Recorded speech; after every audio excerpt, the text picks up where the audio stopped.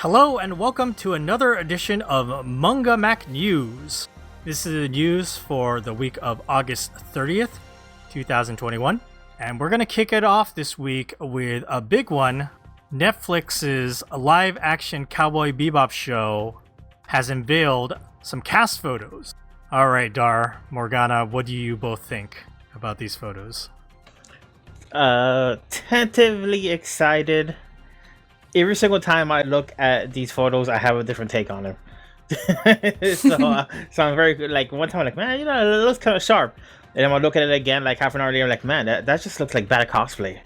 Like what is this? And then I look at it again, and like everything in between for like people's reactions to this. Some people love it, other people hate it. I think it looks pretty good, personally. I think they were gonna get shit from people either way because people don't like adaptations. I do think, and I've said this before, I do think if you're going to adapt an anime into live action in the West, I think Cowboy Bebop is a good one to go with because it's extremely influenced by Western media. So I think it looks good. I'm cautiously optimistic.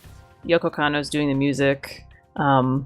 The woman who's playing Faye is real cute, so Daniela Pineda. Yeah, she's really cute. Already getting shit from fans. No, why? Well, because she's not in hot pants, that's why. And her boobs aren't big enough for Faye Valentine. That's stupid. That's stupid. Yep, it's dumb. Go ahead, sorry. She still looks hot, and like that's the point. The point is that Faye uses her sexuality. I really like Faye. I think that she kind of gets watered down as like the sex character in a lot of ways, but like I think she's really great and interesting character and a lot of fun, and so I'm really here for this interpretation. She's wearing like thigh-high boots, isn't she? Or are they like chaps? I couldn't really tell in the photos, but I don't know. I think she looks good. Yeah, I think she's super cute. I think they all look really good. There are people complaining that Jet is black also. They're like, just because his last name is Black doesn't mean he's black. And I was like, did you know that Bo Billingsley, who does his voice in the dub, is black? Because he is. If they had cast Jet as anybody other than a black man, I think I would have been really angry, actually. Yes, he is one of those characters that, for whatever reason, is just like black coded in my brain. Absolutely, 100%. And I love him. And a lot of that's probably like the voice performance from the actor, which is like really, really good. You know what? One final look at it. I think I like Faye the most because that costume is like the most adapted costume of the three. The other ones are actually like very accurate, so maybe that's why I have so much trouble with it. The John Cho's like spike suit looks so good, like so accurate that it does look like cosplay. Yeah, exactly. It looks like a really good cosplay you see in a cosplay gallery. You're like, damn, that dude like knocked it out the park. But it doesn't really look like a TV production or a movie production. You know what I'm saying? Yeah. Like a thing somebody would actually wear. Yeah, and same difference with Jet's like jumpsuit thing. Like that's pretty much exactly what it looks like in the show, except that like in the show Jet was like way thicker, so it's like it was a lot tighter. So it's like it just looks like he just looked like he just came home from work or something. I don't know. He looks like he works at the garage and like he fixes up trucks. Yeah. So like it's something about it like. I think Spike and Jet are a little too accurate for me. They'll probably grow on me, but like because Faye looks different, but like it kind of has like the same theming and same styling. It's just like adapted. That Faye might look the best in my opinion. Nothing looks bad. I want to point out. No, I definitely see what you mean. Like it's a little too accurate. And like my whole thing is like, why is Spike even wearing a tailored suit? Like he's like a bounty hunter. He doesn't have money for like a sharp suit, And he's the slubbiest of schlubs. Right? The more I think about it in retrospect, like it doesn't make sense. But no, I think this production has been delayed because John Cho broke his leg on set like a couple years ago when they were filming. So I'm glad it's finally like progressed and it's coming out November 19th, I think. Yep. So I'm excited. I'm looking forward to it. We'll see how it goes. But I think they already have a second season planned. Yeah. Because there's no Ed yet, and I'm really curious about Ed. Yeah, like I'm actually not sure how you convert her to live action at all. She's kind of an extremely anime character. Yeah. I wish them well in trying. And I'm sure we'll discuss this on our podcast after it comes out. But let's move along to the next bit of news.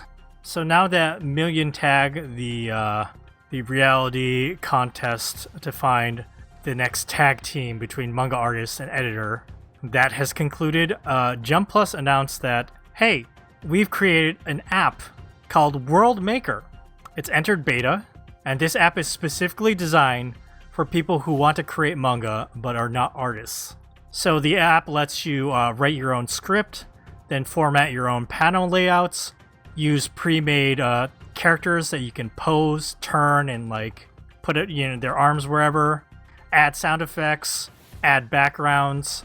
They're even doing this contest with this World Maker beta, where the grand prize is going to be equivalent of $3,000 and the winner, they will get their manga adapted by manga artist either Koji Oishi, who does the comedy manga Tomato yo Pu no Laikon Penne.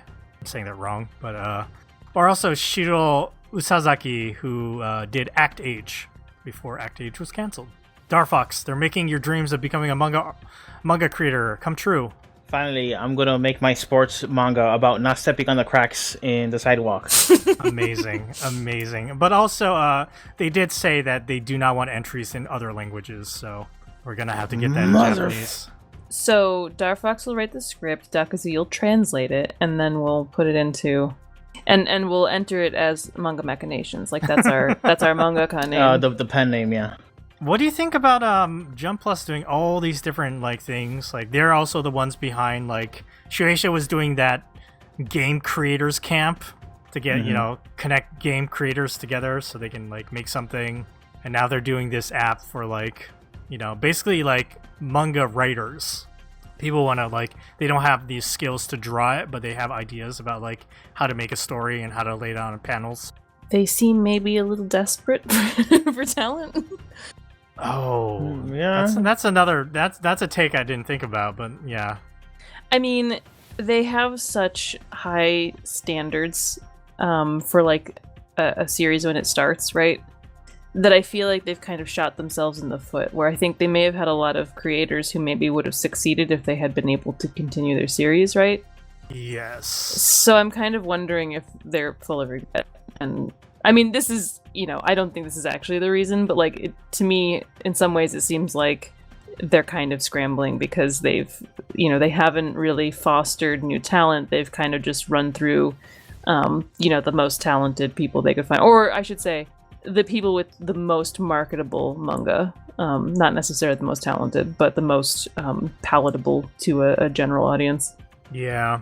Nothing against any mangaka who's currently serialized in Shonen Jump. I don't think any of them are bad at what they do, but like, it's not really about being a good mangaka. It's about being a marketable and commercial mangaka, which is in and of itself its own skill, I guess that's true. I was thinking about all the possibilities of the type of manga you can make, but if it's going through like the Shueisha filter, then like you said, Darfox, your sidewalk crack manga, I don't think it's gonna make the cut. I don't know if it's a gag manga, maybe. No, it's not a gag. No. Oh, it's serious. It's very serious. It's heartfelt. Like this guy who used to really be into sidewalk crack dodging, he fell all of it. Dar, you're just gonna get a comment on this manga that says this won't sell. I disagree. Sometimes it's not about selling. Sometimes it's about like, it's your passion. It's your passion project. There's gonna be a girl who he thinks is like really annoying, but then she goes, "But I can tell you just have a really big love for sidewalk crack dodging." And he's gonna be like, and he just has like the shock face. You turn the page and the full page spread of him I shocked. legit want Darfox to get this app, and I want to like talk him through like how to do this because this sounds amazing. I will say, like the app itself sounds like a lot of fun. Oh yeah. All the competition aspect aside, and like, you get a $3,000 isn't measly, but like you win, and then you get this thing, published, and we give you $3,000. It's another one of those like, is that really like, are you gonna is this gonna like get I don't know, is this going to go anywhere from there, or you just get like the glory of having one of your stories, you know, do you get a contract, do you get, you know, and obviously they don't want to make any promises, I guess, but it does sound like a lot of fun. I will say that much. Well, we'll see if we try out this app. But let's move along to our last bit of news.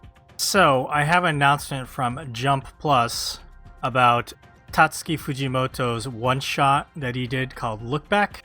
This was super popular when it came out, but what happened after this came out, and a lot of people were praising it and talking about this one-shot, there's a scene where a man claiming to hear voices and having a, quote, paranoid episode goes into an art school with an axe, you know, accusing a student of plagiarizing his art. That scene was edited, and they changed it so the event still occurs, but references to a, quote, paranoid episode and motivations of plagiarisms were replaced.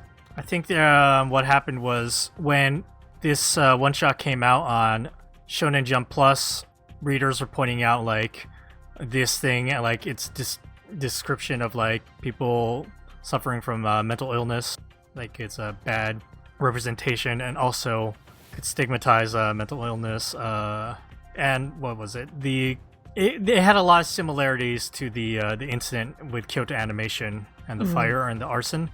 Kind of poor taste in general. Yeah, so that was inadvertently. Yeah, so that was changed. There was a lot of blowback from people about that as well after they changed it. And what happened was this week, Jump Plus sent out a tweet saying for this Look Back one-shot, there's supposed to be a volume release of this in September 3rd. They said they had a talk. What's this tweet say? They had edited a portion of it, but after talking with the creator, Tatsuki Fujimoto, they have changed some dialogue once again. They're not specific about what dialogue was changed, but it I think they're implying that it might have been changed back. I don't know. I can't say because it's not here in this tweet.